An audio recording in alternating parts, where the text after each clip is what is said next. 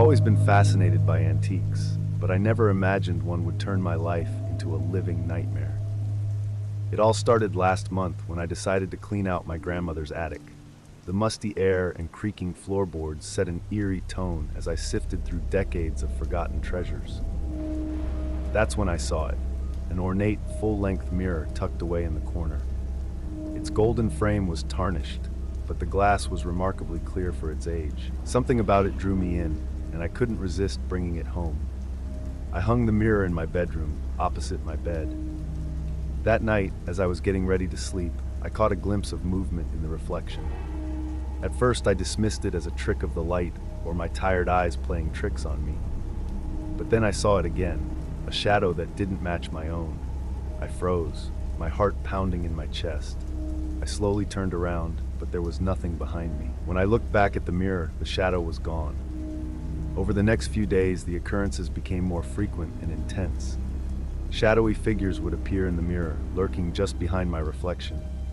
They never made a sound, but their presence was undeniable.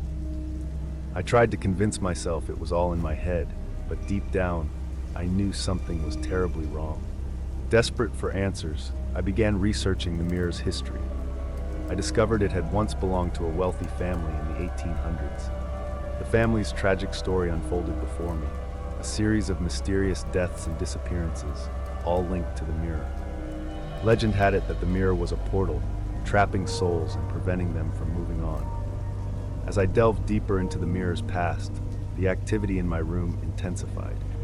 One night, I woke to find my reflection staring back at me, even though I was lying down. Its eyes were open, a malevolent grin spread across its face. I screamed and switched on the lights, but my reflection returned to normal. Sleep became impossible.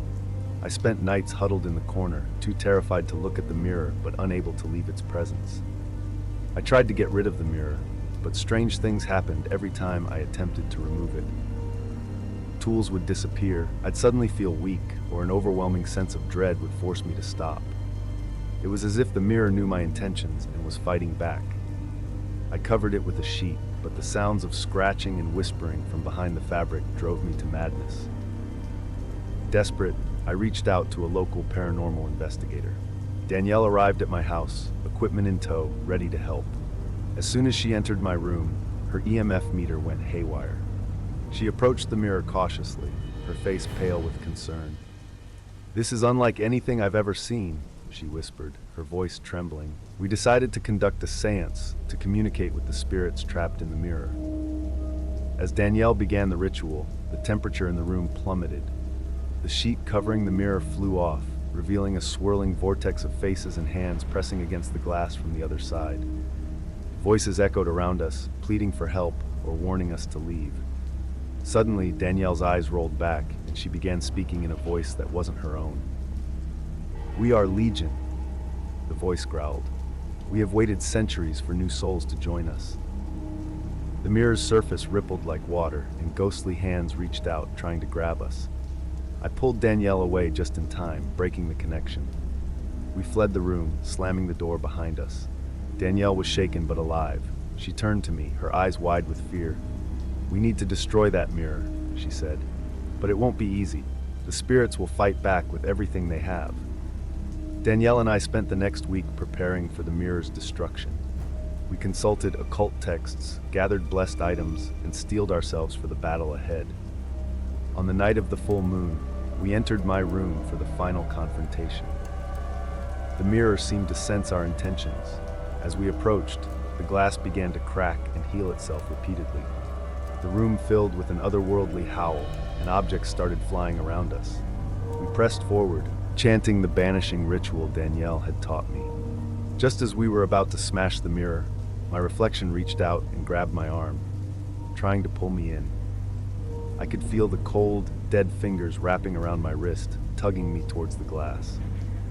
Danielle grabbed me, engaging in a tug of war with my doppelganger. With all my strength, I swung the blessed hammer at the mirror's surface. The glass shattered with an ear-piercing shriek. A blinding light erupted from the broken shards, and we were thrown across the room. When we finally regained our senses, the mirror was nothing but a pile of broken glass and twisted metal. In the aftermath of the mirror's destruction, an eerie calm settled over my house. The oppressive atmosphere that had lingered for weeks was gone, replaced by a sense of peace. Danielle and I carefully collected the mirror's remains, sealing them in a blessed container to be buried in consecrated ground. Though the immediate threat was over, the experience left an indelible mark on my life. For months, I jumped at every shadow and refused to look into any reflective surface for too long. Nightmares plagued my sleep, filled with the faces of those I'd seen trapped in the mirror. Slowly, I began to heal. I sought therapy to process the trauma and connected with others who had experienced similar paranormal encounters. Their stories helped me feel less alone and gave me the courage to share my own. Today, I still live in the same house, but my bedroom has been transformed into a bright, mirror-free space. I've become somewhat of a local legend, and people often ask me to recount my experience with the old mirror. While part of me wishes I could forget it all, I know that sharing my story might help others who find themselves facing the unexplainable.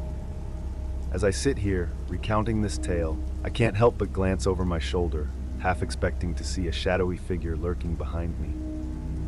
The old mirror may be gone, but its memory lingers, a constant reminder that sometimes the most terrifying monsters are the ones staring back at us from the other side of the glass. I've learned to appreciate the ordinary, finding solace in the mundane aspects of life that I once took for granted. Yet, there are moments when I catch a glimpse of something in the corner of my eye, or when a shadow seems to move of its own accord, and I'm instantly transported back to those terrifying nights. The experience has left me with a heightened sensitivity to the unseen world around us. I often wonder about the souls that were trapped in that mirror. Did we set them free, or are they still out there, searching for a new vessel? One thing's for certain, I'll never look at reflections the same way again. So the next time you pass by a mirror, take a closer look. You never know what might be looking back.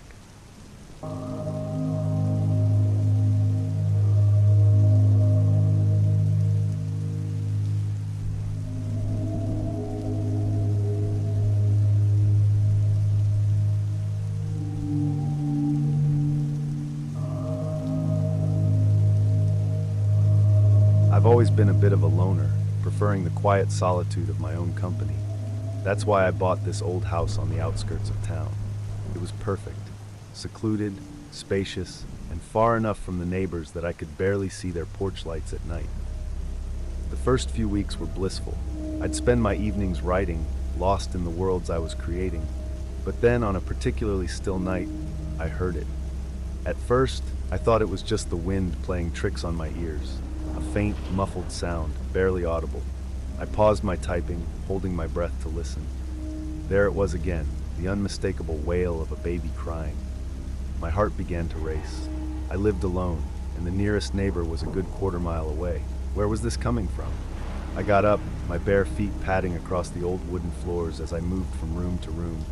The crying seemed to follow me, always just out of reach, always behind the next wall. It was maddening. I pressed my ear against the wallpaper, feeling the rough texture beneath my skin.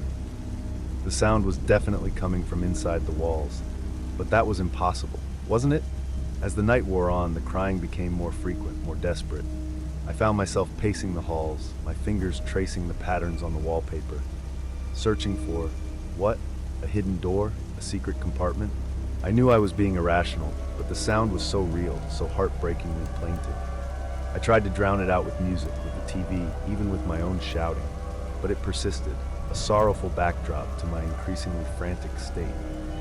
At one point, I even considered taking a sledgehammer to the walls, just to prove to myself that there was nothing, no one, hidden within them. As dawn broke, the crying finally subsided. I sat on my living room floor, exhausted and confused. Had I imagined it all? Was I losing my mind? I knew I needed answers, and there was only one place to start. The local library was a goldmine of information about the town's history. I spent hours poring over old newspapers, property records, anything that might give me a clue about my house's past. And then I found it, a yellowed newspaper clipping from 1952. The headline made my blood run cold, "Infant found dead in wall of local home." My hands shook as I read the article. A young couple had moved into the house, my house, with their newborn baby. One night, they awoke to find the baby missing from its crib. After a frantic search, they heard muffled crying coming from inside the walls. By the time they broke through, it was too late. The baby had somehow become trapped in a narrow space between the walls and had suffocated. The article went on to describe the police investigation, which concluded that the baby must have been sleepwalking, a phenomenon apparently not unheard of in infants. The parents were cleared of any wrongdoing, but they moved away shortly after, unable to bear living in the house where their child had died. As I drove home, my mind was reeling. The story was tragic, yes, but it had happened over 70 years ago. Surely that couldn't explain what I'd heard last night? And yet the coincidence was too stark to ignore.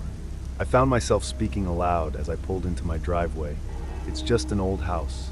Old houses make noises. There's nothing to be afraid of. But as I stepped inside, the air felt different, heavier somehow, as if the house itself was holding its breath, waiting. That night, I tried to go about my routine as normal. I made dinner, watched some TV, and even managed to write a few pages of my latest story. But all the while, I was listening, waiting for that haunting cry to begin again. It started just as I was drifting off to sleep. A soft whimper at first, barely audible. I sat up in bed, my heart pounding. "Hello," I called out, feeling foolish even as I did so. The whimper grew louder, transforming into a full-blown wail. It was coming from the guest room next door. I stumbled out of bed, flicking on lights as I went.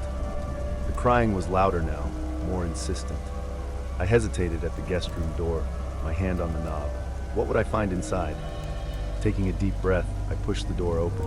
The room was empty, of course, but the crying, it was deafening now, seeming to come from everywhere and nowhere at once.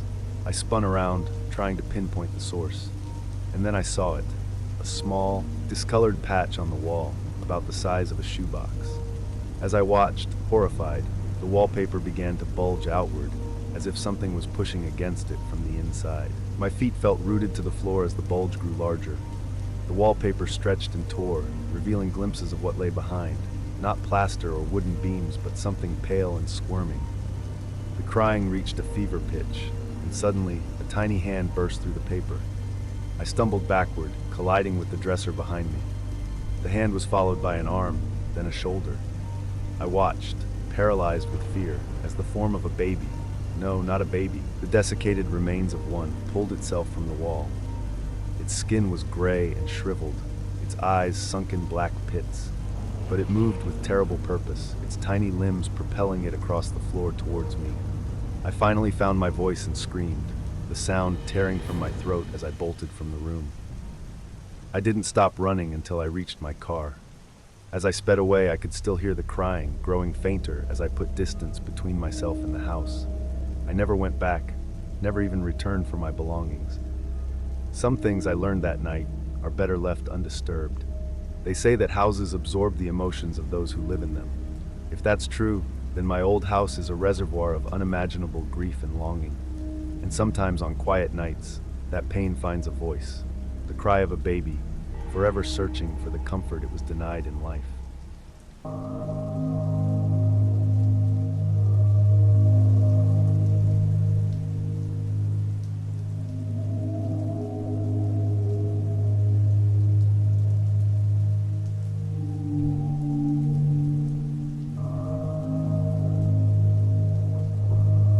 I've always been a bit of a homebody, preferring the comfort of my cozy apartment to the chaos of the outside world.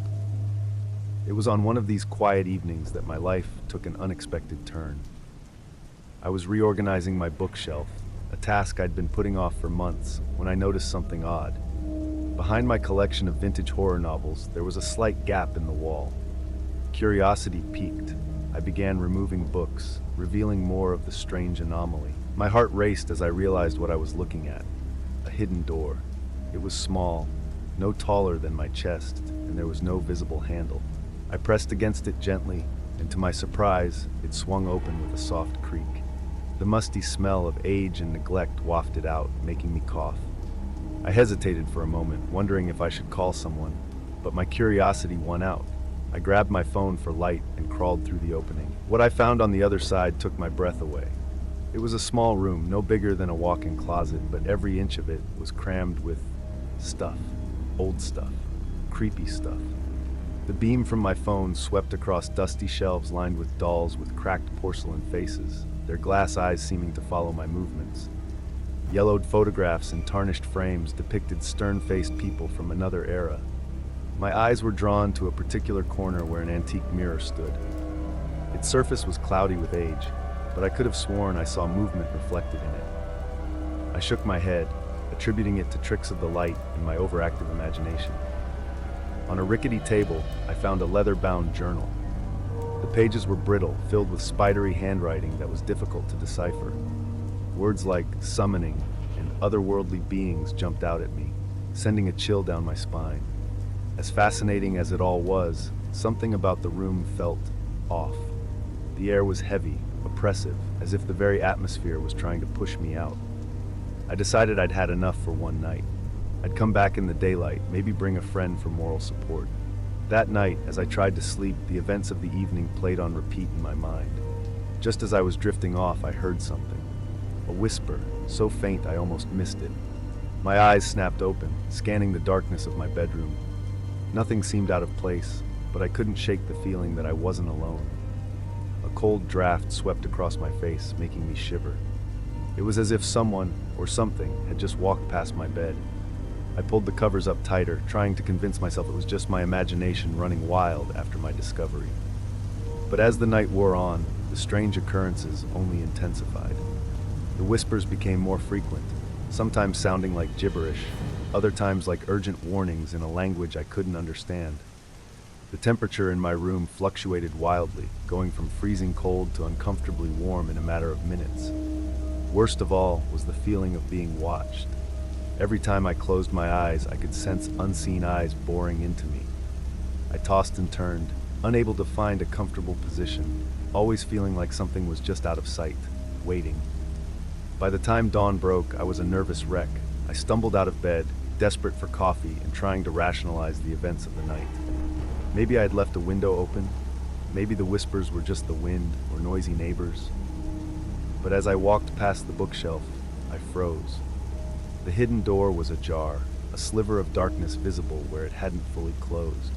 I was certain I'd shut it tight the night before. With trembling hands, I approached and slowly pushed it open.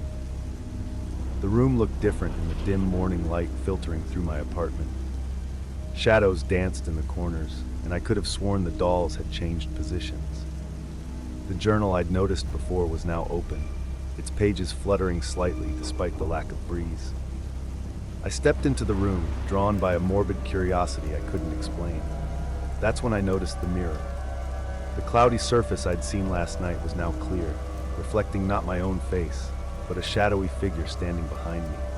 I whirled around, heart pounding, but there was nothing there. When I looked back at the mirror, my reflection had returned, pale and wide-eyed with fear. But as I watched, unable to look away, my reflection began to change. The eyes darkened, the mouth stretched into an unnatural grin. I stumbled backward, knocking into the table with the journal. The book fell to the floor, pages spilling open. As I bent to pick it up, the whispers started again, louder this time, almost drowning out the sound of my own panicked breathing. The words on the pages seemed to shift and change before my eyes, forming new sentences, dire warnings. "Get out," they seemed to say, "before it's too late." I didn't need to be told twice. I scrambled for the door, but it slammed shut just as I reached it. The dolls began to rattle on their shelves, their glass eyes now glowing with an eerie light. The temperature plummeted, my breath coming out in visible puffs. In the mirror, I could see more shadowy figures gathering, pressing against the glass as if trying to break through. The whispers had become a cacophony, 100 voices all clamoring to be heard. I pounded on the door, screaming for help, though I knew no one could hear me. The room seemed to be closing in, the walls pulsing like a living thing. Objects began to float, swirling around me in a macabre dance. In desperation, I grabbed the journal, thinking perhaps it held the key to ending this nightmare. As soon as my hands touched the leather cover, everything stopped. The floating objects crashed to the floor, the whispers ceased, and the door swung open. I didn't hesitate. I ran out of the room, clutching the journal to my chest, and slammed the hidden door shut behind me. I didn't stop running until I was out of my apartment, out of the building, standing on the sidewalk in my pajamas, gasping for air. I never returned to that apartment. I left everything behind, save for the journal. I've spent years trying to decipher its contents, to understand what happened that night. Sometimes, I think I'm close to unraveling the mystery. Other times, I wake up in a cold sweat, certain that I've seen a familiar shadowy figure reflected in my bedroom mirror. One thing I know for sure, some doors are meant to stay hidden. Some secrets are meant to remain buried. And sometimes, curiosity doesn't just kill the cat. It opens portals to places we were never meant to go.